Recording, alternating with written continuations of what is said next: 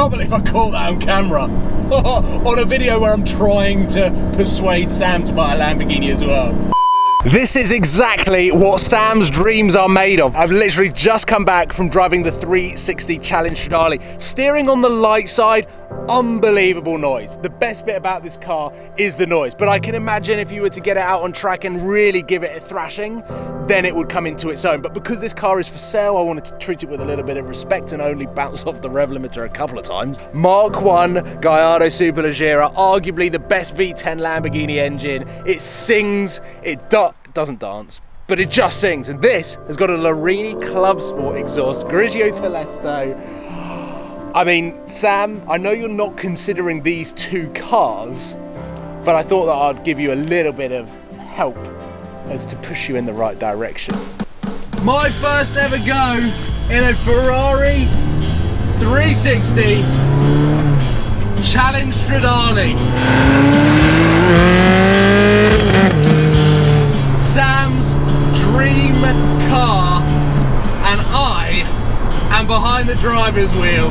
I feel like as Sam is going down the route of potentially, very seriously considering buying his first Lamborghini, when I introduced him to VVS, they had this 360 Challenge Stradale, which definitely captured his attention, but there wasn't a Mark 1 Gallardo Superleggera to kind of steer him away from his love for the prancing horse. Until today, I've come down to VVS and they have a Grigio Telesto Mark 1 Gallardo Superleggera, and of course they have this beautiful right-hand drive 5,000 mile example 360 Challenge Stradale. So I am going to be driving them back to back and feeding back to Sam what I think of both cars. This is the first time I've ever driven a Challenge Stradale. How do you open a window? How do you open a window, miss?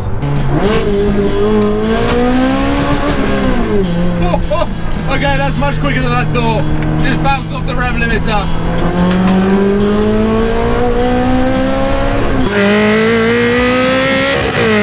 Oh my God! What a machine!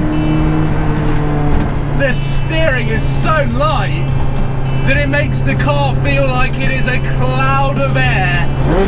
Oh! Should have done an exhaust expert on this car, my God!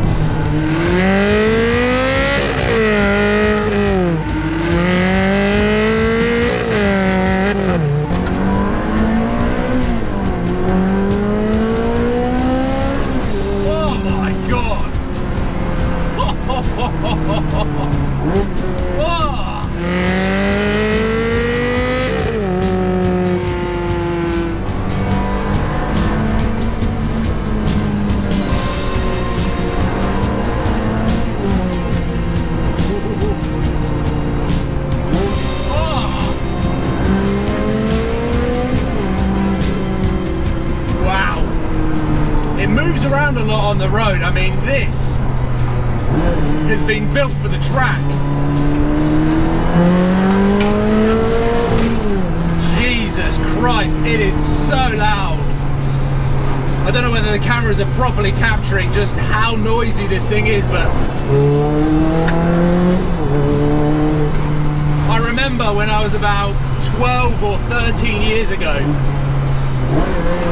DK Engineering, a hugely famous UK car service centre, sales centre, Ferrari specialist, used to base themselves at the bottom of my road where I lived. And I remember listening to a Challenge Stradale flat out going up my road, and it was so loud, so noisy.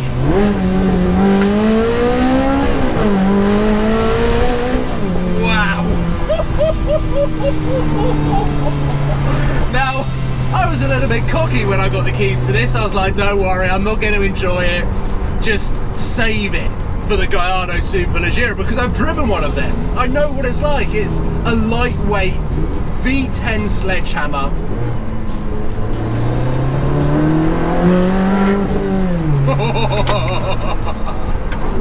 but I'm having way too much fun in this car. £210,000. It is well priced within the 360 Challenge Stradale world.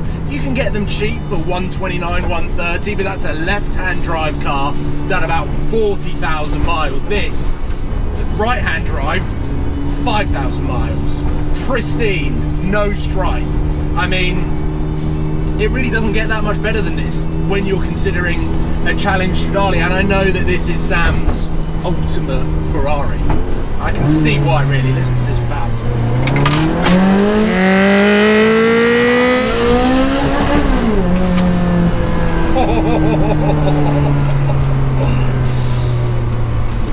But for half the money, you can get yourself a Gallardo Superleggera. Half the money for a 2007 Gallardo Superleggera. This is a 2004 Ferrari 360 Challenge Stradale. Let's see whether this is worth the extra 100 grand. See you later, Ferrari. This is going to absolutely sing.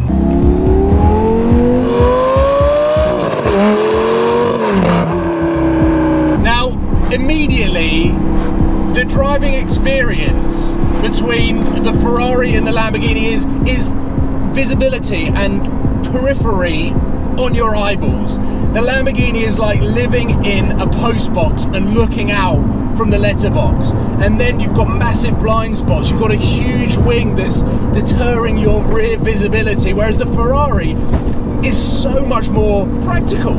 I mean, it's a track going 2004 V8 Ferrari, but it just feels like it's a more relaxing car to drive. Whereas this, instantly, you've got heavy steering, you've got pedals that are off center, so my feet are literally hugging the center tunnel right here. But there's Alcantara, there's carbon fiber. You can tell that this is a later car, this is a more modern car, even though the Ferrari is probably more of a precise drive, shall we say. This, you get the enjoyment from smashing it around and wrestling with it and understanding and learning it. Whereas the Ferrari is like this precision mosquito that is ready to be driven at any speeds comfortably, whereas the Lambo is not great at slow speeds, but once you get the revs up and you get this naturally aspirated V10 whirring, then, I mean, this to me is where this car comes into its own. I love this thing. It's a little bit analog, it's a little bit archaic, but I think this is the sweet spot from Lamborghini, where you have sport mode, so you get a more of a shunty gear shift. You've got that incredible engine, and actually the guys at VVS, I said this on camera with Sam, that you're likely going to have some reliability problems with this because it's more Lambo than the Huracan. But actually, they're telling me that this is as reliable as all of the other Audi Lambos. So I think Sam is going to be in for an absolute treat with Lamborghini ownership in the shape of a Mark 1 Gallardo Superleggera. This has got Larini Club Sport, so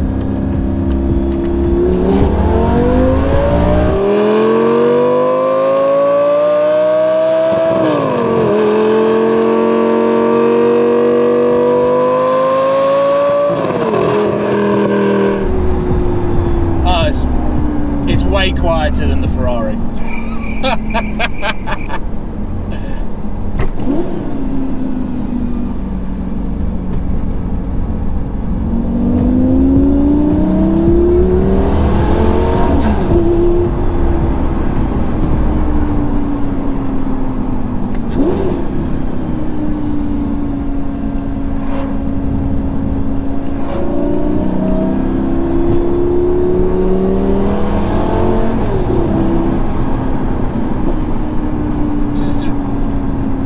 Weird.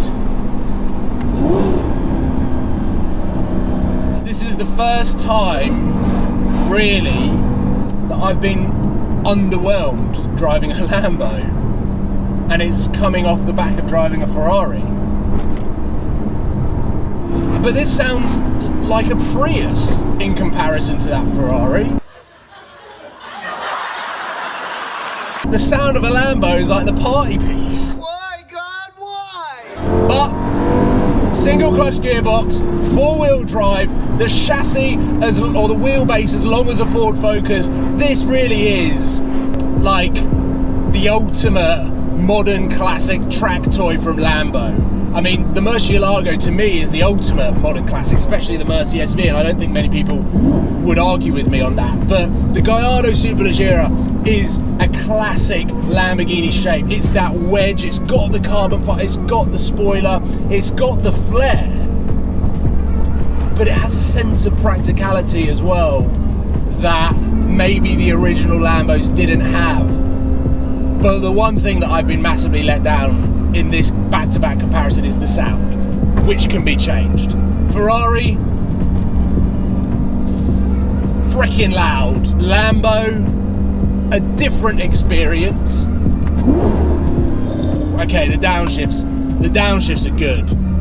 And I guarantee that in an ownership capacity, to be able to get the best out of these cars, more than just me driving them down the road, and these cars are for sale as well. The Ferrari is a classic Ferrari, is what I'm gonna say. This Lambo is the ideal Lambo for Sam. It's the closest you can get to a Ferrari with a Lamborghini badge, in terms of its classic design, in terms of the way that it drives, in terms of the way that it makes your heartstrings pull towards just wanting to drive it faster and better. And like I said, this is just me jumping into two cars that are for sale at VVS, whereas ownership, totally different ball game. You can really start to muck around, fiddle around with what you want to do with the cars, but I haven't been underwhelmed by driving too many Lambos, and I'm just underwhelmed by the sound. Once that sound is sorted out, then it will be amazing. I can't believe I caught that on camera on a video where I'm trying to persuade Sam to buy a Lamborghini as well. I hope you have enjoyed this video, and like I said, to those that were a little bit disappointed with when I took Sam down to VVS, there wasn't a Mark 1 Superleggera. He's now driven one. I've now just done a back-to-back comparison which didn't quite go according to plan, but I've driven his dream Ferrari and his dream first Lamborghini, and there we go. We'll leave it at that, I reckon. Ladies and gentlemen, let me know what you think. I just thank VVS for giving me the opportunity to drive both cars. 100 grand versus the 200 grand Challenge Stradale. I mean, I know which one I'd buy, and then I'd just decat it and shove an even straighter pipe on this car, but as Ferraris go, Challenge Stradale is a pretty good one. I'll see you soon, guys. Take care, goodbye.